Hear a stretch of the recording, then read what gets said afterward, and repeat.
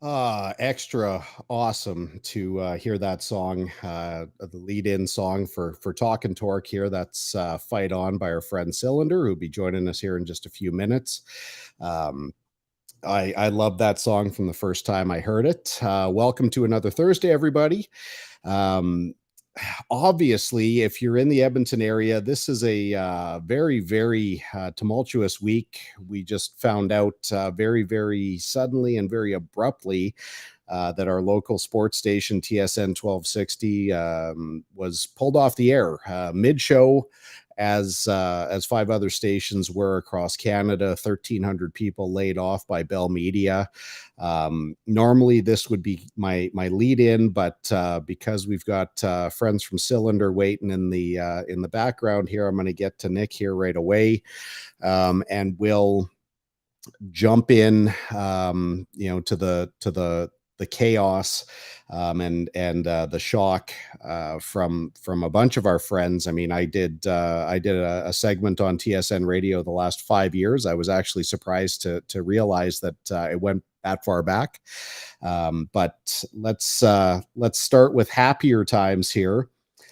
Bring in my good friend and lead guitar player of the band formerly known as Cylinder, Mr. Nick Boyd. How are you doing, Nick? Yeah, man. Thanks for having me, Colin. Yeah, you bet. Where am I catching you here today? I'm at work. It looks like you're in a garage. Is that how your office is set up there? Yeah, that's kind of our style. It's a man cave. Yeah. So you're in Scotts Valley. You're in Santa Cruz. Where's your office? We're in Santa Cruz. We're somewhat in the heart of it, Midtown area, near the off the downtown zone. Yeah, most people, I guess, when they think of Santa Cruz, are going to think of skateboards, and for people who don't know, I mean, awesome coastline down there. Yeah, it's definitely the skater surfer culture. Like the big company, Santa Cruz Skateboards is here, and so much of the surfing industry started here. O'Neill, so forth.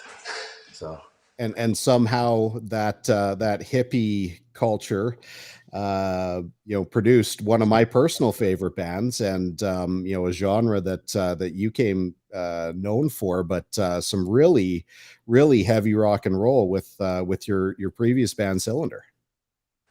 yeah, all walks of life are welcome here. That's the way I would describe it. It's keep Santa Cruz weird is one of the big slogans. That there's a big variety to life here. It's not one way or another. So It's always interesting. I've got to know you a little bit, or fairly well, depending on how you want to define it, over the last, whatever it's been, 15 years. yeah, But you're personally always great to sit back with a beer, just kind of talk about life, lots of philosophical questions. And then all of a sudden, this other dude gets an electric guitar in his hands, and hearing some of the lyrics from some of the songs you've written, there's a little bit of anger that's stored up inside there. sure. I mean, that's in the mix. I wouldn't just chalk it up to one emotion. But you're right. In general, there's an aggressive nature to myself and the other musicians that I play with. I just gravitate quickly towards those who either bang on the drums severely, loudly, or want to play heavy or fast riffs, or they want to throw in a scream, or they want to be aggressive in nature. Yeah. That just aligns with me and the people that I tend to play with. Yeah, I mean, it's great music. Again, we've got a mutual friend, Rich Engel. Rich was, he'll take credit for teaching you how to play guitar. Yeah, and I would give him that 100%. You would? I would probably, I obviously wasn't there, but I'd probably boil it down to he was somewhat influential in your formative years. Yeah, when I had interest in it, I was just, uh, I would I was just trying to figure it out through tablatures that you could buy, in the local music store, and of the bands or the songs that I liked. And a tablature really doesn't show you any technique. It just shows you numbers on a string grid pattern, and you're not really getting anywhere quickly. So self-teaching yourself certainly comes with its drawbacks, mostly being the time that it would take to learn. And so thankfully my father had a relationship with Rich, your friend, and was able to connect us. Rich, being a passionate guitar player, um, I think probably just wanted to pay it forward or contribute, you know, to someone, at that time it was me who was, uh, passionately trying to find a means to learning how to play. So it was cool. I appreciate him, and I appreciate all the support you've given over the years. So thank Oh, you. well, I mean, that support is nothing. I mean, when you play music that people wanna listen to, the rest takes care of itself. But, I kinda wanna go back to those early days because, again, I don't wanna turn this into a Rich, show. Rich needs to come on and, I wanna have him on for a entirely separate, show where we can kinda split our interests with work with our differences in musical taste. But I have Yeah. to imagine, because I heard a lot of the stories of this young kid Nick, who he was teaching, and again, this goes back a number of years, probably 15, 20 years, where Rich is talking about how you just wanted to learn every Metallica lead, and he was trying to push into other genres and trying to get you away from that. Now, Yeah. No, he that likes the butt rock, stuff, the 80s glam.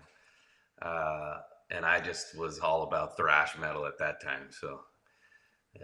No, probably but it not a still lot's works. It's changed. all relative. It's all relevant, and you're just a different approach, but a lot of the same, chord progressions, types of scale work that you're using, all that. That's all super applicable to one another. So, Yeah, so most musicians will state music for them was a refuge. They were having a trouble in their life. Not a lot of people get into music just because they like music. It seems like um they're trying to get away from something. I was a musician as a kid. I played trumpet. I was in my high school, my junior high and high school bands.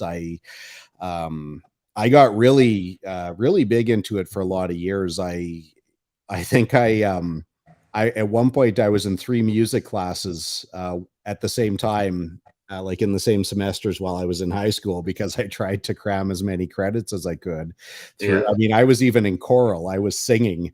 I couldn't sing, you know, I can't sing anything, Hey, but me 5 neither. 5 Yeah. credits was 5 credits, so I took it. But, we played, we got an extra credit, a 5 credit. For us, that was a full-time course, a 5 credit music class with our jazz band, that we would show up to school at 7 a.m.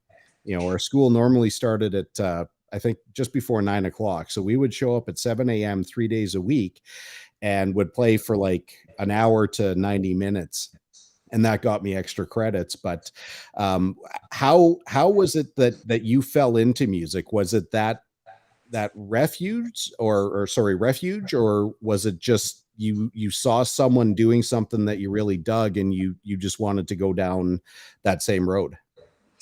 Yeah, I was dating a girl in high school, kind of my high school sweetheart, so to speak.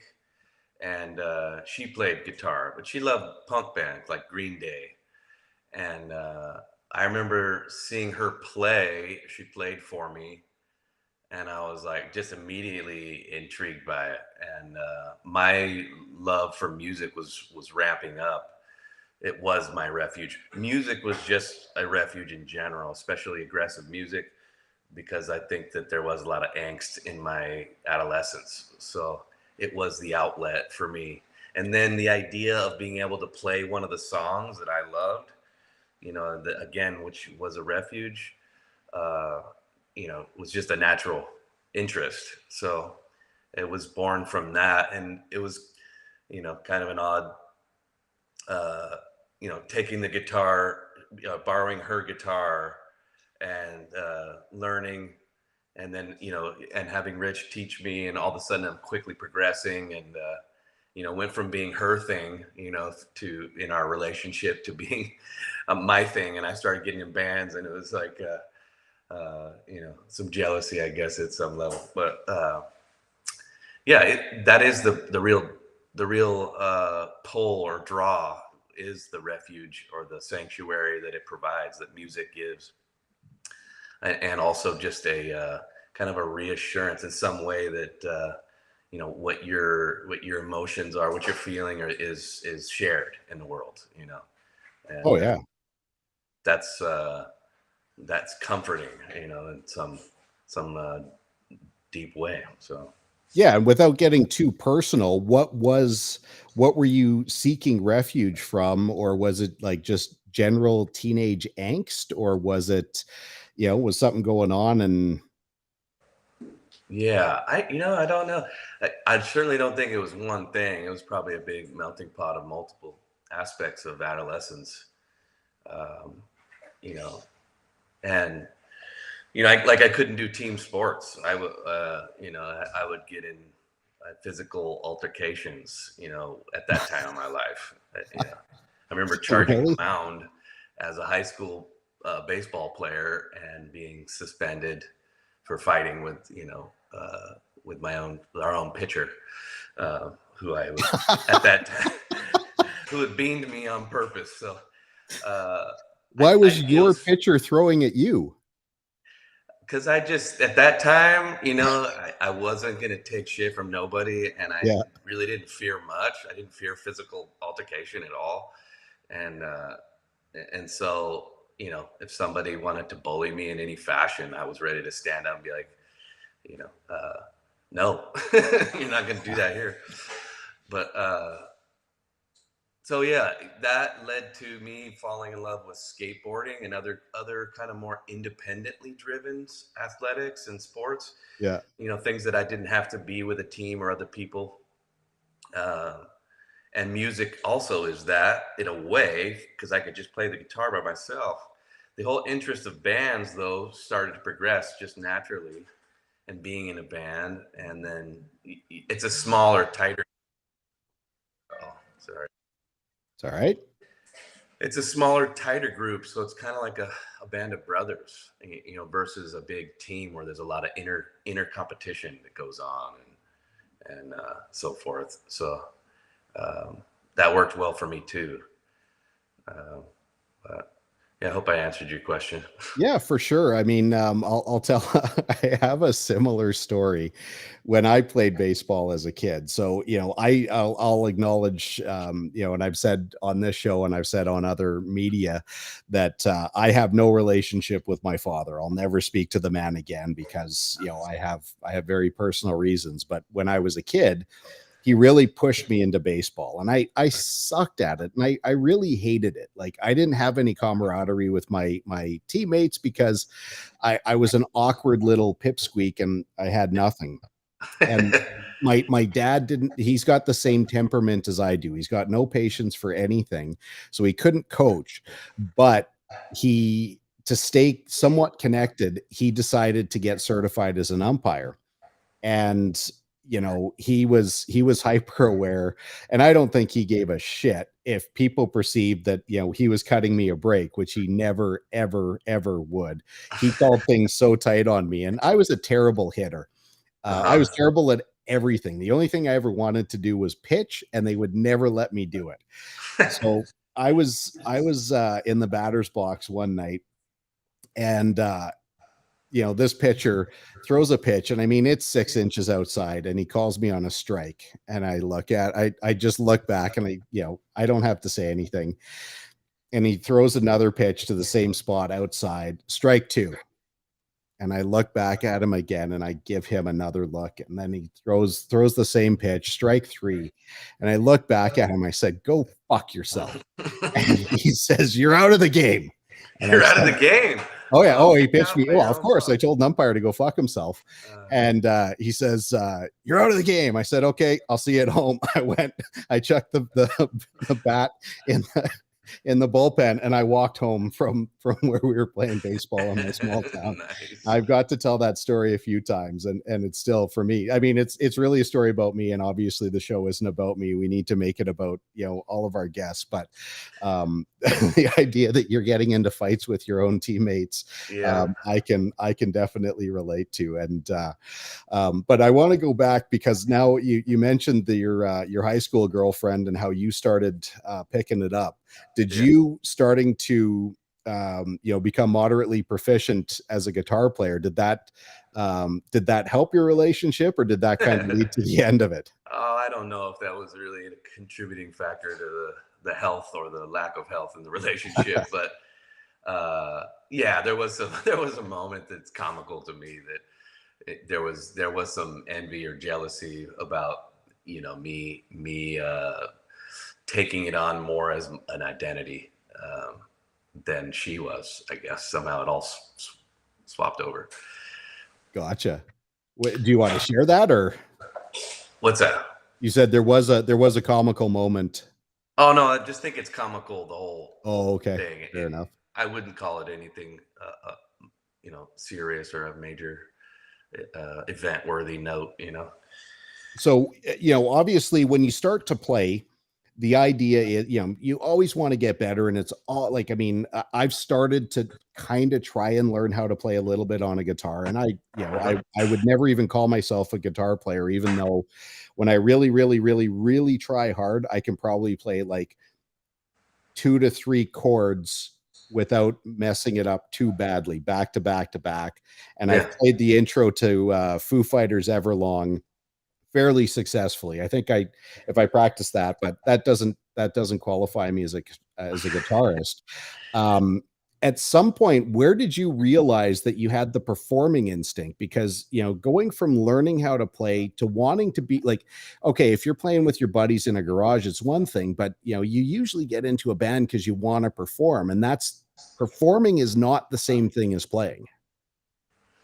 Yeah, I think that was a part of the motivation, was to, I think it was seeing bands live. You see a band live, a band that you love, and you're in a room or venue that has, thousands of people all, gathered to hear and watch you perform. I just was fascinated by that experience, and just was like, man, I want to do that. I want to be somebody who's commanding an audience like this, or a part of this leading of this type of a gathering. I think that was probably a big motivator. Yet another major motivator was the fact that I was writing my own material, and I just had natural interest in making a band around material because I was proud of it, and I felt like this riff is good, and it could stand up to the other riffs that I'm hearing written on bands that are noteworthy. And so I guess part of me felt like I had confidence in my voice of what I was trying to do, and it just naturally progressed into you know wanting to be in a band with those two major factors. I'm sure there's more factors involved in that, but Yeah, those but are two like as a kid, were you a performer? Were you like a no. smart ass, lippy, I mean, I kind of had that where I always wanted to tell jokes, and I always loved making people laugh. But No, I yeah, was shy. I was extremely shy, and even the idea of public speaking, or there's a part of me that's petrified by that. And now that I'm managing a business, with 20 something employees, when I have to speak to, it's even like I still am dealing with that petrified feeling that comes initially. Obviously, the more you do it, the more you force yourself through the fear, you start to build you start to adapt and build a certain tolerance and kind of understand the emotions that are going on there, and you're able to kind of tuck them to the side.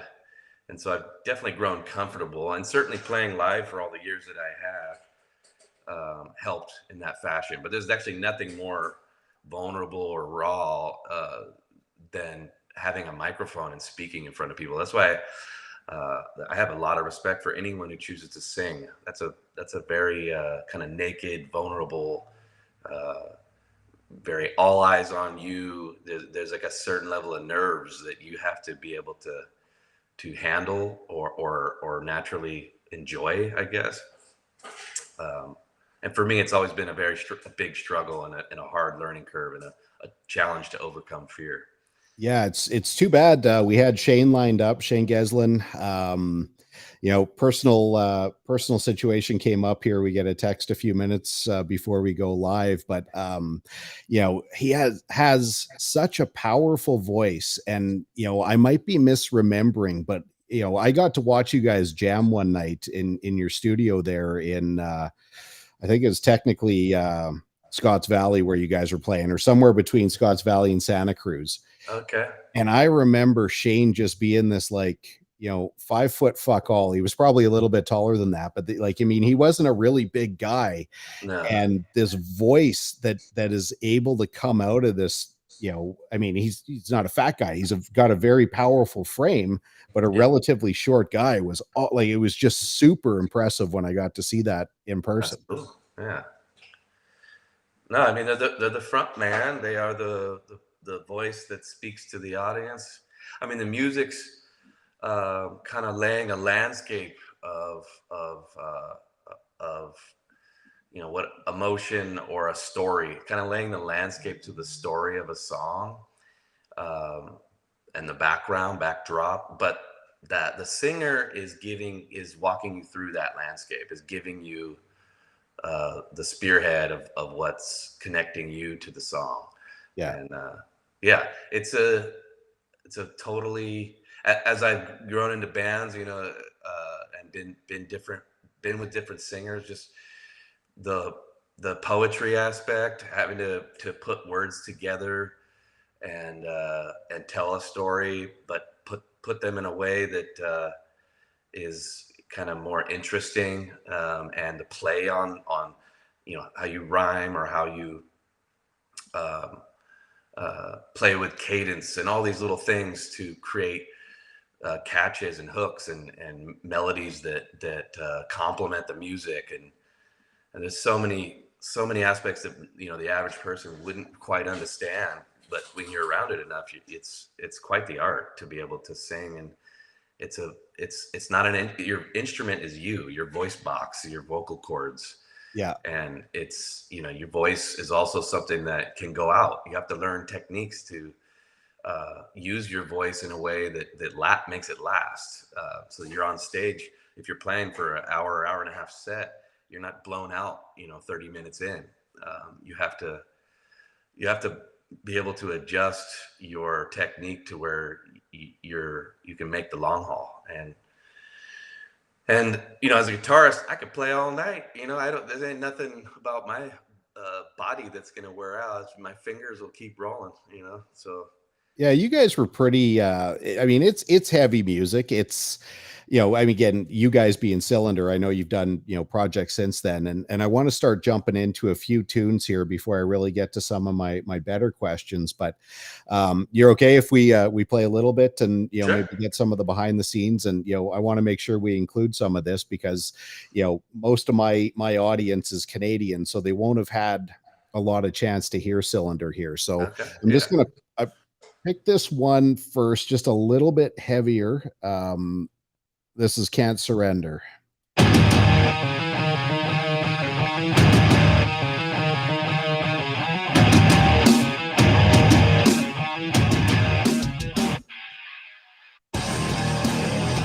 There's that heavy drum you're talking about.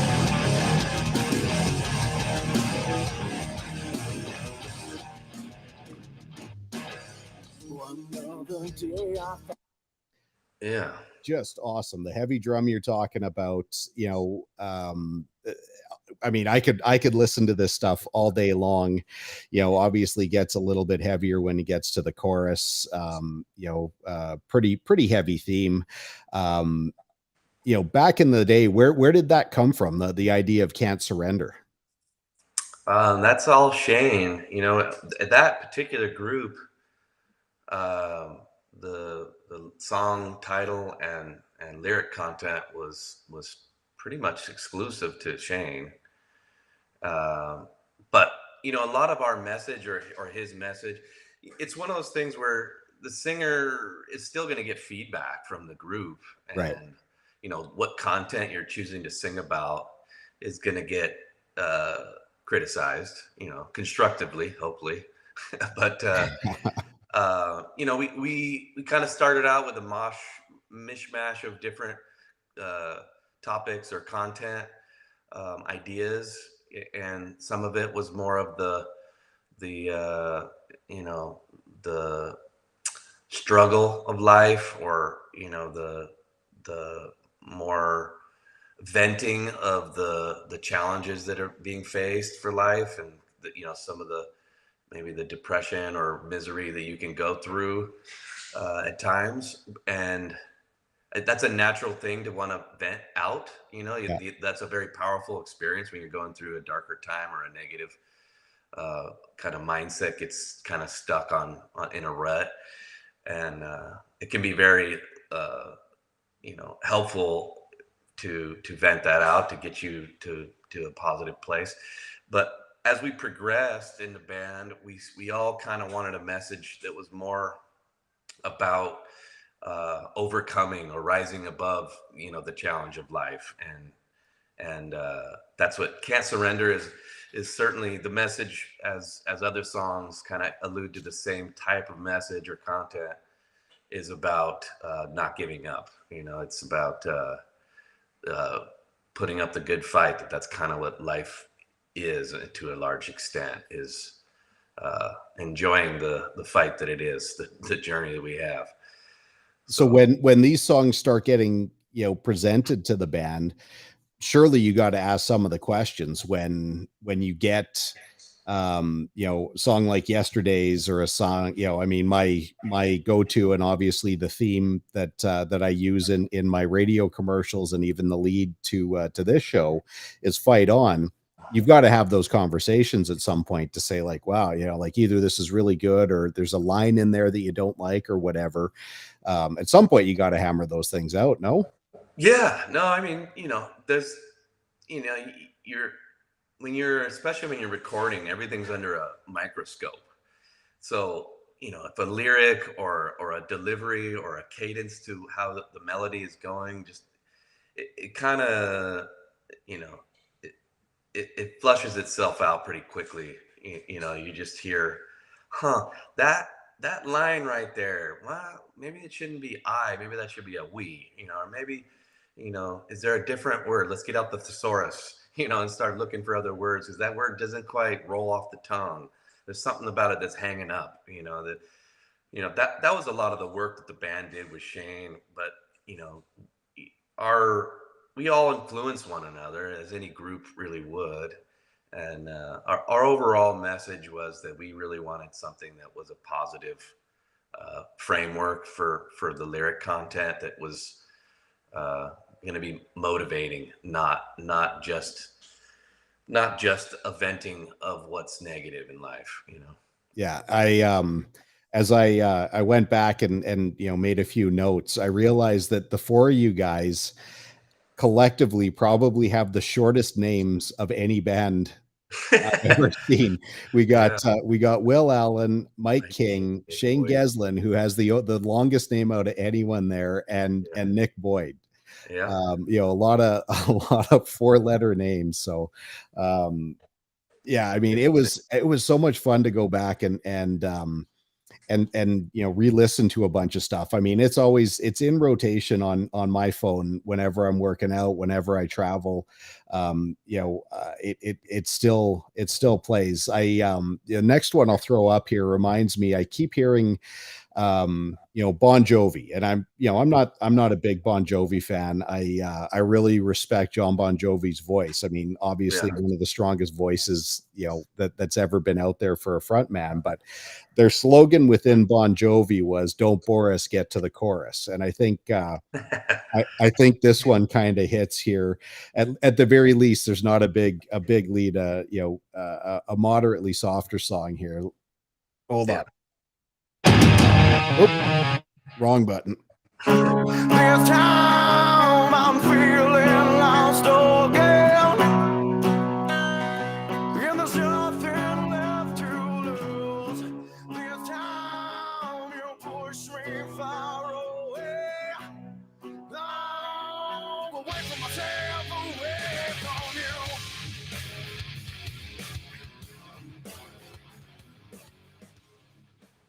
Yeah. That voice is just awesome. No, I think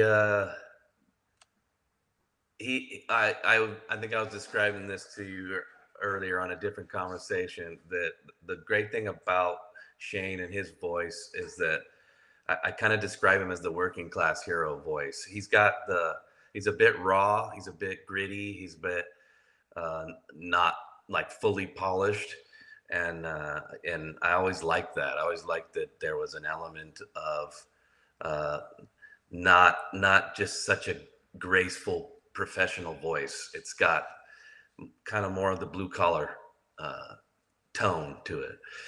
So Yeah, I mean, my way of thinking, and again, I'm not a musician. I've never had um you know that level or that awareness, but I have a lot of musician friends. I mean, use Rich as an example. We argue all the time. He's trying to tell me that George Lynch is the greatest guitar player that ever lived, and then I just take another position because I want to fight with them. But when it comes down to it, for me, I don't, guys like, probably you and Rich will sometimes hyper focus on technique, or pure musicianship, where my benchmark for success with this stuff is, can you make me feel something, yeah, whether it's happy, whether it's angry, whether it's a memory, whether it's just something. If I feel something, like you can't tell me that most people understand 30% of what Eddie Vedder says because yeah, of his delivery, but everything that he delivers is just profound. I mean, in my opinion, and that was the kind of thing that Shane did, was just always made me feel something. yeah. I think that's all you really need as a singer, is that you're delivering a true, real message that will move people. And if you're capable of picking up on all the little tricks and the skill of songwriting for say pop music and creating hooks, then you can package that up and you can really make it something that hooks people's attention, grabs their attention. Um, in the end, though, the singers that I love most are the ones that are raw ones that are delivering their message with veracity, with some level of like conviction and a genuine, authentic delivery. It's coming from their soul, so to speak. Yeah, for sure. And obviously, it can't just be a front man. You've got to have, all the elements, you got to have the drummer keeping the beat. You've got to have, that bass player kind of, adding that color and kind of moving the song along. And then obviously you need at the very least, you need a decent rhythm and lead guitar element. I mean, in your band, you were the only guitar up there, so you kind of had to carry it and do all the solos. So Yeah, I honestly like it. I've been in bands that I was the rhythm guitar player and there was a lead player. To me, there is typically two types of guitarists that are out there. There's the type that are the lead type, and people might think, oh, the lead, like the leader of the of the guitar section, the group. But in general, lead guitar means you know, the the the solo, the kind of the higher octave, the stuff that carries out up on top. That's the stuff you're playing. All the there's usually fills or lead licks, or it's not just the solo, but it's kind of all the color that does a lot of talking. But a rhythm guitar, is really laying down the foundation of the landscape, what the song is speaking about without the voice there. Yeah. And for me, I always was far more motivated and excited about writing the rhythms, and the lead work was always a chore. That was something that I had to work at, not something that was naturally my style or my way of playing. I didn't even when I listen to bands, I don't typically. I'm not the kind who needs to rewind and hear the solo again. I'm more intrigued or excited by a great riff, and a great way of structure, or the arrangement of how they went from a riff to a verse to a chorus. And I really love those aspects: arrangement and riff writing, melody writing. But the lead stuff, I kind of did it just because I had to, and not because I necessarily was jumping for joy to do it. In fact, if I found a lead player to play with that I really where it was aligned with, I think that would be the ideal for a rock or a metal group, is to always have a rhythm and a lead, so that the rhythm doesn't drop out when a person's doing a solo, kind of a thing, for live performing sake. Yeah, Kirk and James seem to do just fine going back and forth with the rhythm and the lead there. And just like, again, I'm not a guitar player, so I'm probably speaking out of my ass, but I think of lead as more single note playing, with rhythm is more chorded, more more volume of the notes playing. There's just more mass to what a rhythm player is playing, where the lead is kind of enunciating Yeah. the part of the song that they want you to hear. Yeah, like James Hetfield, he's the predominant songwriter, in the case of what's being written on the guitar. But Kirk Hammett will come up with riffs, and he'll arrange those and figure those out. But Kirk's job is to give you that stuff that's over the top, that kind of gives you a little more character to all of it, and the solo being kind of usually the prize of that interpretation of what the rhythm is doing. Now I can play any Cylinder song. I can play any. I mean, I was really fortunate that you thought enough of my opinion that you sent me a couple of your your post Cylinder tunes, and I'll throw a couple of those up here. But I'll make the assertion that I can put Cylinder music, and I don't want to say better, but I want to say that if at any point that kind of music that you guys produced found its way onto the radio, it would be welcome along Creed, along Alter Bridge, along pretty much anything of the genre. It was well produced, it was well put together, it sounded great. It always made me wonder, what, again, and this is going to be your opinion, but what separates the people who make it from the people who don't? Because there's I can talk about the world of racing, I can talk about the world of golf, and the people in racing that don't make it, there are a million, and that's a bit of an exaggeration, but there are countless people who have all the talent in the world, but you'll never hear from them because they just don't have the financial backing to get to the place where they start becoming profitable. Yeah. What's the thing that separates, a band, like Cylinder, that made great music, just didn't really get that next step, versus the one that does? Well, certainly money, if you wanted to distill it down. But most it's either money or a connection. I guess the connection might be the one that's first, because the connection could be the money. So it's there's some luck, there's all kinds of stuff that are involved, but it's also a business. I mean, what you're doing with a band when you're trying to make it is you're a business. You have to market the business. You have to make a great product. You have to continue to build your connections in the industry. You have to keep kind of scaling up in this form and scaling your audience, and utilizing all the best means that you have. I mean, at that time for Cylinder, we were right in the middle of when everything kind of was turning upside down with all the piracy of music, or the digitalization, and then the thievery that took the whole industry by surprise and wiped out. And it's still, I mean, to me, to this day, especially the rock genre, is completely crippled.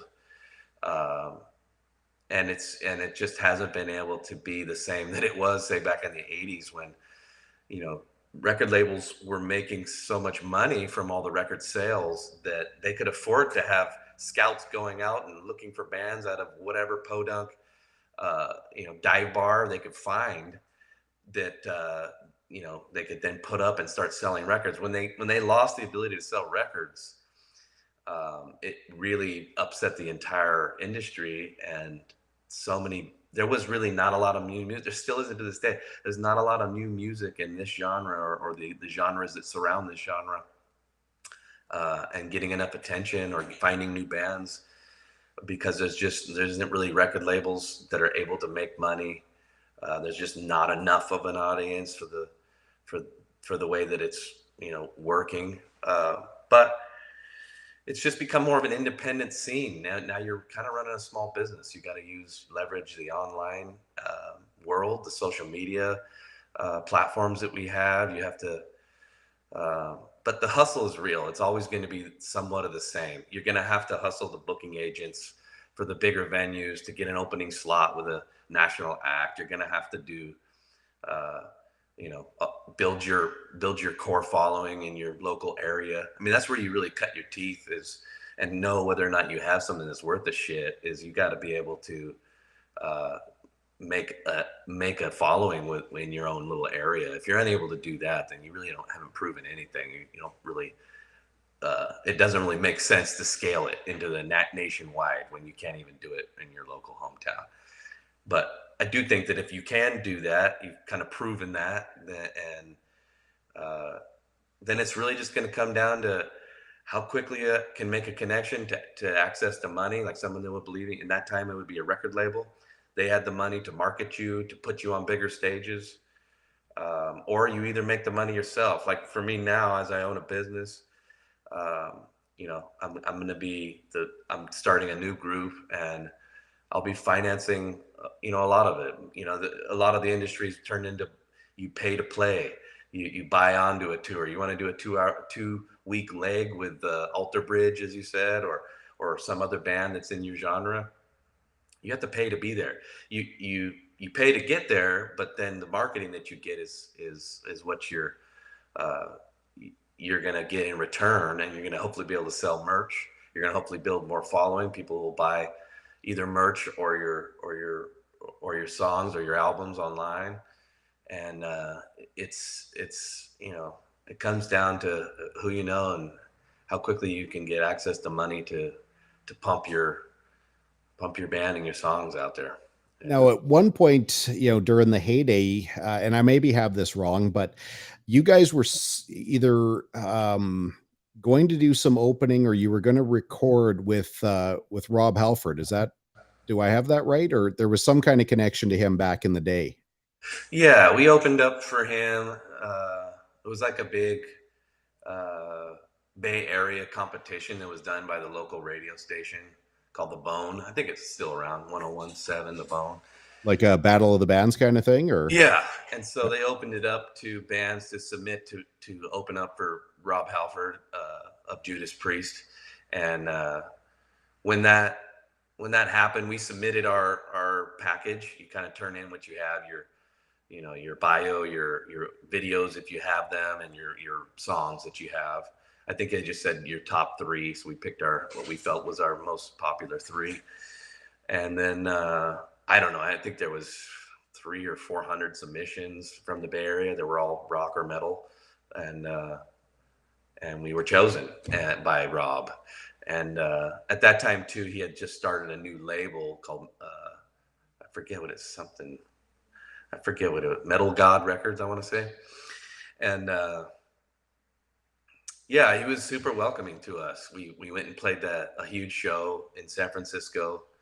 I can't recall how many thousands of people, but it was a very big show for us.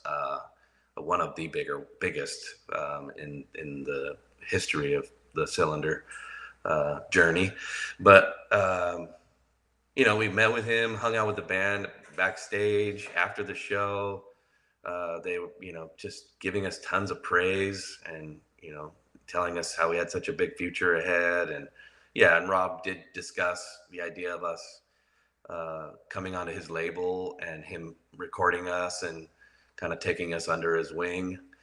But you know, that there was a bunch of conversations that were exchanged with his manager after that show, you know, and the conversations that were had before that show and during the show. But it just kind of fizzled out, and he didn't sign anybody. He never actually did anything other than release his own recordings with his label. So I think that if I had to guess, he just was too busy to take on a kind of a pet project that we would be. And certainly in the industry and the way it would be a pet project. It would be a very big challenge to try and make it a successful venture for him from an investment standpoint. So do you look back at that time? I mean, obviously things work out the way they work out, and you know, everyone gets married and has kids and, you know, kind of goes away from it. But do you look back at those times when you were really invested in music and have any what ifs, like, if we just would have done this instead of that, or if we would have, you know, does that exist in your mind? Again, I think the industry was being crippled right when we were out. There was nobody getting signed to any, you know, great deal. There was nobody getting, you know, put out there in a heavy fashion in this genre. If there was, it was very little. And you know, it's, even if you're kind of playing at a high level and you're at professional grade, so to speak, it's still, you know, it's only the 1%, you know, or the 1% of the 1%. I don't know exactly what the percentage is, but it's a very finite amount of groups that are going to rise to sift their way up to the top. Yeah. And, you know, it's just going to come down again to who's got luck in their favor, who's got the better connection, who's going to get access to the money fastest. And we just, you know, we kind of ran out of gas. We did it for 8 years, and you know, there was inner turmoil between us.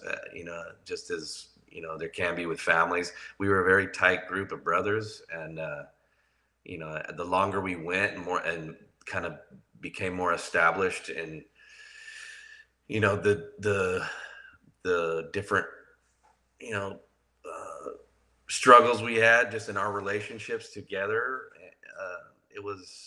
It just kind of reached a head, so to speak. So we ended up folding up shop, and we actually picked it back up for about a year, I want to say, but it kind of fell back into the same rut of some of the drama that we were having at that time.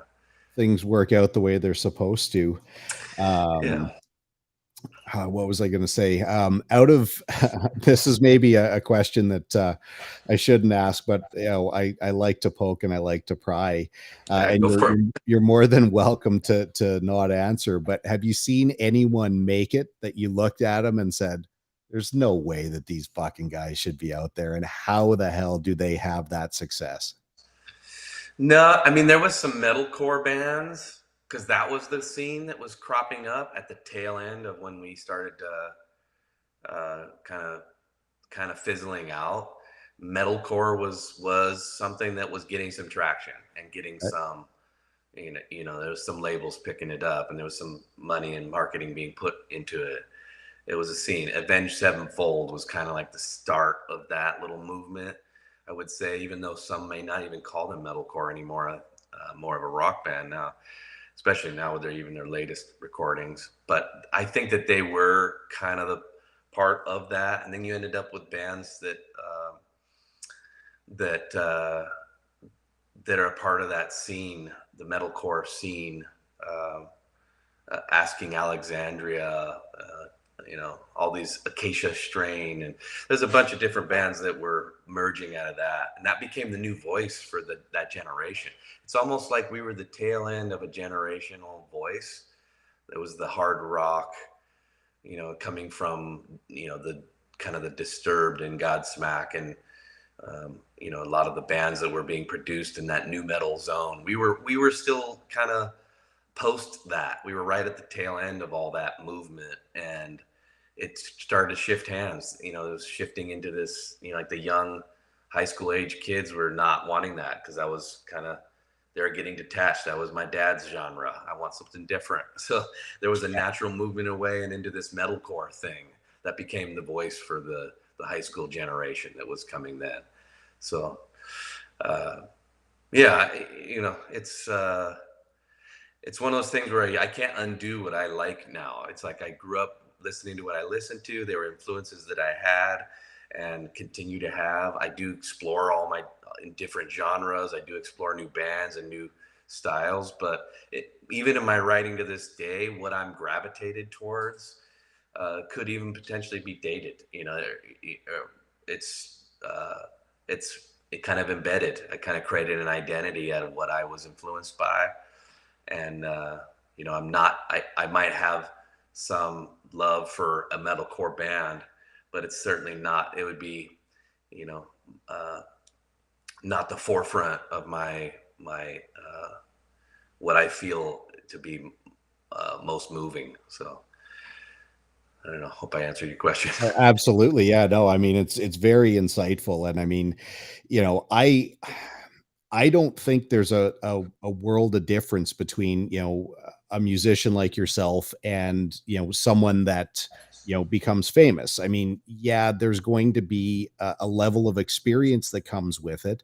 And yeah, you get a little bit more accustomed to life on the road, and that's a totally different world than, being able to go to your own bed at the end of the night. But as far as like pure musicianship, I think that what separates the ones who make it from the ones that don't is the thin edge of the wedge. Are you okay if I play some of your individual stuff that Sure. happened after? Yeah, go for There's it. there's some really really good stuff in there that I don't know that anyone ever really had access to here. Hold on a second. Oh yeah, what do you have, I wonder? Are you real? Well, you can tell we don't really prep our guests here. So here you go.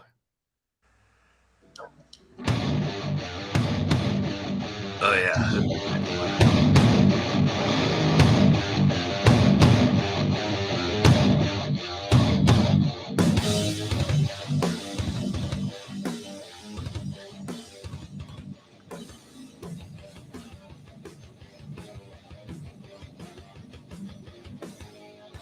Creaking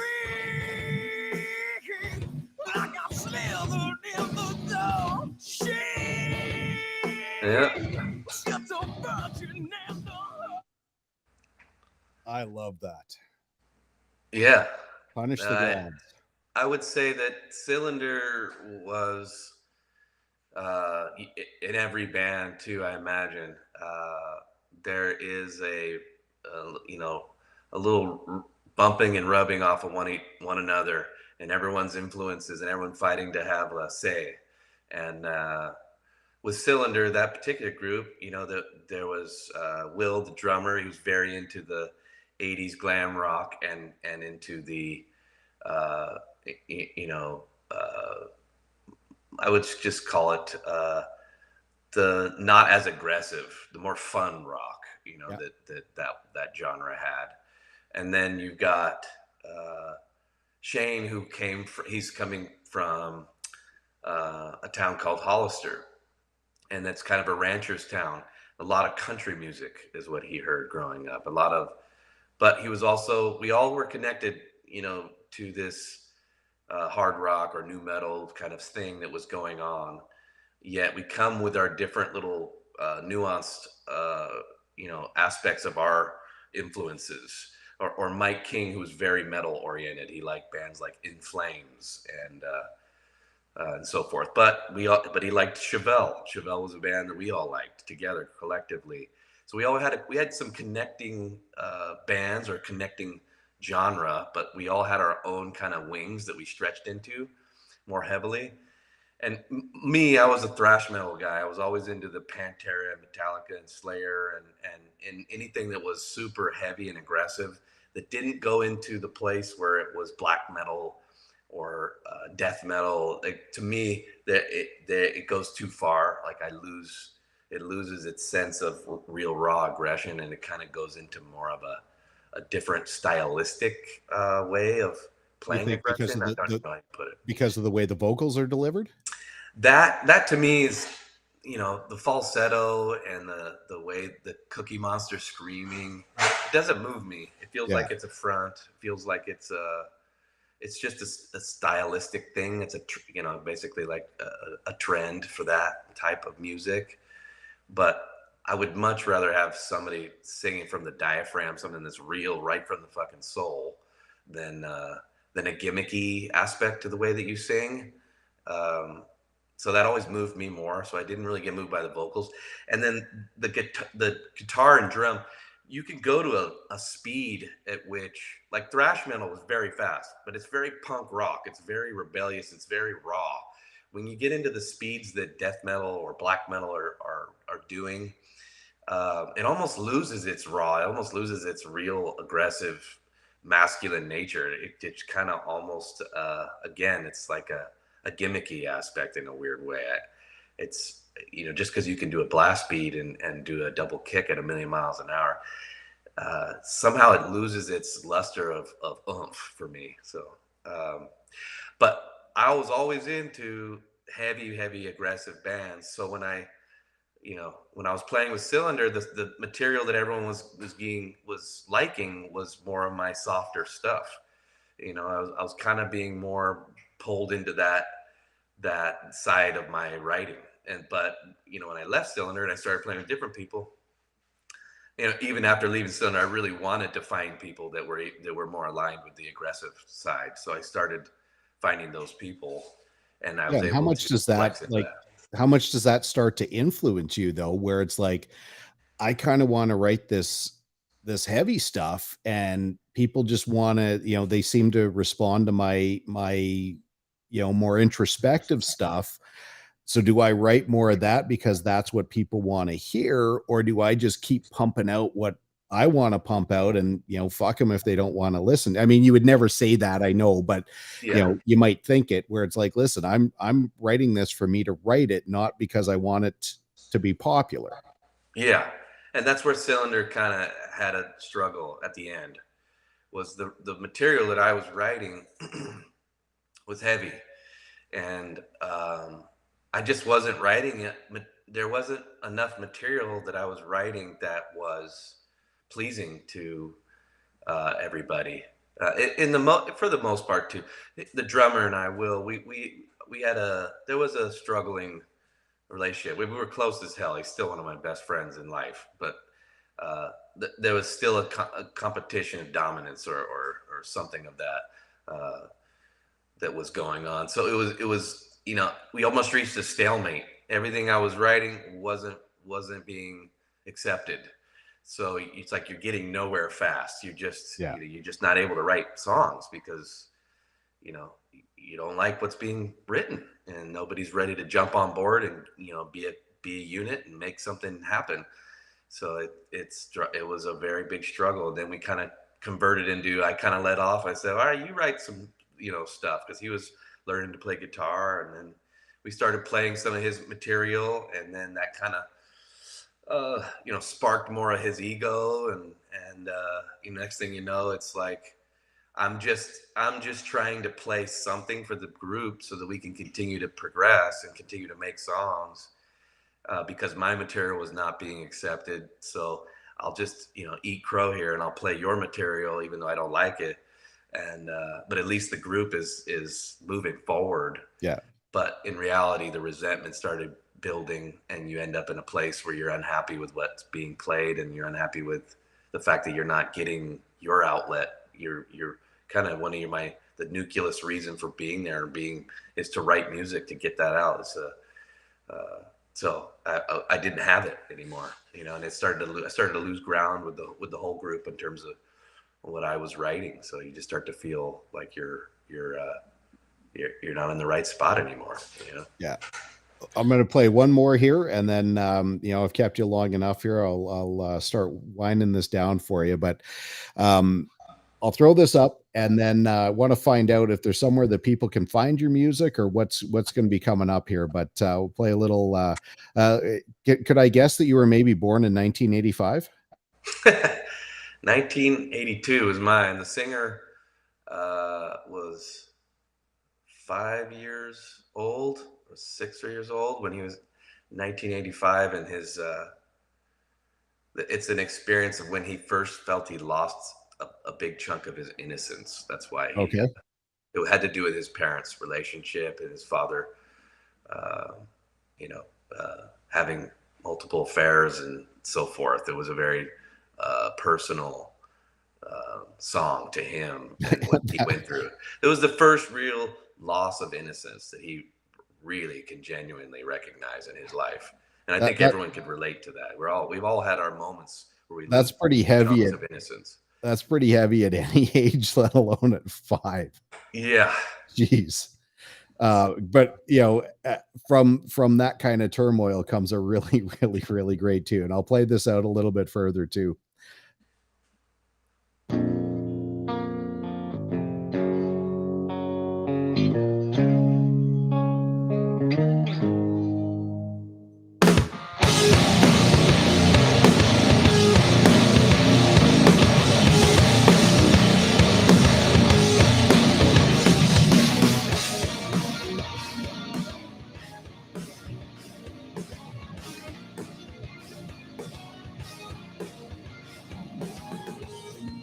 Every time I close my eyes, walk into another fight. Guess he couldn't make things right again. I ran with the devil, I had a rebel, yeah. Since you disappeared, can you take away all this pain that festers in me? Can you break away this hate and take me way back to 1985? Fucking great tune. I'm singing along as we're going here. Hearing it with slightly different ears, that of a poor little 5-year-old, but great tune. I mean, that vocalist was also another one that, again, just makes you feel something. And I was really fortunate because you sent me the demos. You had just recorded like instrumentals with drum tracks, and then I got to hear the next version, and then I got to hear the more produced version. Cool. Kind of see how that evolves, because I'd never really been part of that. So I'm really, really thankful that you were able to send that to me. But there's just there's so many great tunes that are out there, and again, like I referenced with racers or golfers, that unless you go looking, you're likely not going to see them. So, where in the future are people going to be able to find Nick Boyd's latest product? Well, yeah, I would love to tell you that I have a spot for everyone to go to, but I don't. It's what I'm doing now is a new project, just getting it off the ground. We're doing songwriting sessions at this point, trying to build an album. It's something that you got to start with, that because if you're going to play and perform live, you got to have at least 45 minutes worth of material ready to go. And is that the goal, is to get back to live?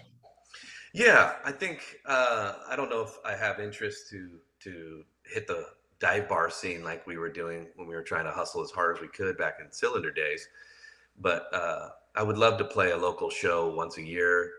And I would love to maybe buy onto a tour with a bigger national act and go for 2 weeks on that, and enjoy that, where you're actually, getting good exposure with your music. And, and thankfully I'm in a different spot financially than I was when I was in my 20s. So I can, kind of finance a lot of the things that I wished I could have when we were younger that I can now. So we'll be doing that. I would love to go to Europe, but I never got to do that. We had opportunities to go. We got asked. We just didn't have the money. We were just so broke at that time in our 20s. We were scraping nickels together just to do anything, record, or get, you go play, and you'd be hustling your shirts, and at that time we were selling CDs. We'd be hustling at whatever we could to try and make enough money to stay at the hotel and pay for gas to get there. And Yeah. you know, uh, I'm thankful to kind of go at it from a different angle now as I'm older. So If things hit with a buy on tour like that where you could open for XYZ, is that some sorry, yeah, XYZ. I have to remember Canada, we say Z, you guys say Z, so I want to make sure that yeah, now I you get know that. everything proper here. But can you actually break even? Can you make some money if the tour goes well, or is that kind of like laying the groundwork where you hope that somewhere down the road that it might open a door, or you might get enough downloads that 10 cents out of every dollar that Apple makes might find its way to your pocket? I won't be looking at it as an investment, expecting a return or hoping for a return. I'm looking at it more from, I want to have a great experience, and I want to do a new experience, that I hadn't had when I was younger doing music. So uh, I don't really have the fantasies any longer of uh, of becoming a rock star. To be honest, we opened for a lot of national acts. We got to hang out and get, real conversations with people that were doing exactly what we were aspiring to do, that were, bona fide rock stars. Most of them were all struggling, very, very much so. I mean, it was a vagabond's life. It was a very much a gypsy way of living. You're going from town to town, you're touring your ass off. And that's really your bread and butter, how you're going to make your livelihood. And that's a hard lifestyle, especially to have a family or to carry on a relationship with someone. uh you're it's definitely a different way of life that lost its appeal near the end of Cylinder's period history. You get enough of those experiences with guys that you looked up to, and you get that conversation when they're like, yeah, no, and they're just kind of burying their head in their hands going, it's a pretty rough life. Yeah. I go, a lot of them would say, I don't know if I would pick this if I had known what I was getting myself into. And And they're that not making riches. They're not millionaires up on ridge tops with mansions. They're literally struggling to pay a mortgage on an average home, and just having to live this vagabond life. and that's a question I ask every week, and you kind of answered it before I asked it, is what would be one of the misconceptions that you were faced with that you want to dispel? And that's that pretty much hammers it home, is that even the guys that you would start to perceive as being like, quote unquote successful Yeah. are struggling way more than what you think. Yeah, nah, it really took that. Like, what are we driving for here? What do we, what, you're working so hard to get where? Where are we going to get to? Yeah, we're going to be on stages in front of thousands potentially, but the sacrifice that comes with it may not align with what other goals you have for your life. Like, I want to have like I have a family now. Yeah. That was a big topic for some of the musicians, is that they had kids, but they don't get to see them. It's like, and they were tortured by that, and that so much of what, you think is what's motivating you to get, like, you're going to be in this blissful place being a rock star, and then finding out what it takes to be there and to stay there. And all of a sudden your motivation to continue with the band starts to drop down a notch. You're like, I don't really know if I want to do that life. Yeah. And then you're not as motivated to record and rehearse and play shows, you're like, I don't know if I don't know if I want to get where I am getting to or trying to get to, you know.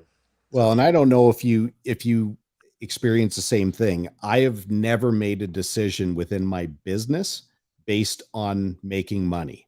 yeah, I've always tried to make the decisions based on what's right for a customer or solving a problem. The idea of what you make from it never comes into play. And I'm sure you do the same thing with your home building. Like I did. you want to provide the best product. You know how to structure your business so that, you sell things for more than what you pay for them. But if you do enough right things, it should take care of itself. And I guess Yeah. in the music world, you have to first do it because you love it. If you don't love it, you won't make it to day two. No, no. And with a business, yeah, I think, you know, uh, yeah, putting your client first, putting the money should be just a result of the right actions, right business practices, not a it's not the motivator. It's almost like the motivation should lie in how well you treat your employees, how well your clients are treated, the value that you're bringing to your clients, what you might need to increase, to improve the quality or the efficiency of the service or product that you're creating. Obviously you have to keep it within a range of reined in to where you don't just buy everything and you know snuff yourself out with overhead because you're trying to chase down all the things that would be great to have for your business or for your product. Yeah. Yeah, but regardless, the main motivator is what the clients. For us, we're a service business, so it's all about the client experience and how you can make that better, what systems you can put in play, what I don't care, what do I have to buy, what kind of software do we have to have. I'm just looking at it from a standpoint of money is the byproduct of doing your job right, doing what your business or your product or service is doing it right. Yeah, my father-in-law taught me, and you've just led me to another question, but my father-in-law taught me that business is the game we play, money is just how we keep score. Yeah, yeah. But I'm curious now that you've structured, built, and are running a successful business, if you could take the knowledge that you have now as a business owner and go back in time to when you started in these bands, whether it's Cylinder or someone else, and be able to think about it, with more of a skill set of business, if that could have made a difference to the uh, success of the business or to the it would band. have. Yeah. Yeah, knowledge is king. I mean, really, it's just akin to someone trying to learn guitar on their own, self-taught. It's you might get there, like you will get there, but it's the duration at which it will take you to get there, to mastering that instrument. It'll take you forever to master that guitar if you're self-teaching. But if you have a teacher, or the teacher could be age, wisdom, having, run a business now. That's also been my teacher. Yeah. If you have more wisdom, more knowledge, yeah, you can shorten the duration or give more oomph or effectiveness to what you're doing. And yeah, I look back and I think about all the years that were wasted hustling down the wrong pathways for the band, that we could have been more focused on things that would have netted a better return on our time, a return Sure. on the investment of our time or our money or whatever it may have been. Yeah, so that's another piece that could come in. A great band could have, a band manager arrive at a very young age, and they have the knowledge and wisdom to guide that band. We were, trial and error, all of it. Yeah. And we were very, very self-motivated, extremely driven. And so we were just going to do it and do it however means and get as much help as possible. We were grabbing and hustling everything we could. And that helped, built a lot of what's used now in my own business. I mean, I think a big reason why I may have been started and was successful in business so quickly was that I had put in a lot of time and energy into the band, and that is a business, and it was a hustle, and I was learning a lot about what it is to hustle and to have a business and think about it from the right perspective so that it's headed on the right path. And it's yeah, sure. There's a part of me that wishes I could go back and be like, you guys, it took, remember, I look back and I go, it took us 2 years just to realize that you needed to focus on booking agents, but we would literally just, hope for a show, or Yeah. we would call another band, or we just didn't know who to even go to. It was like, you don't even know the avenues of which you should go to, but you get, we could have been playing more great shows if we had known the right hustle to make. Yeah. So I'm going to throw one picture up and tell me what do you see here? Yeah.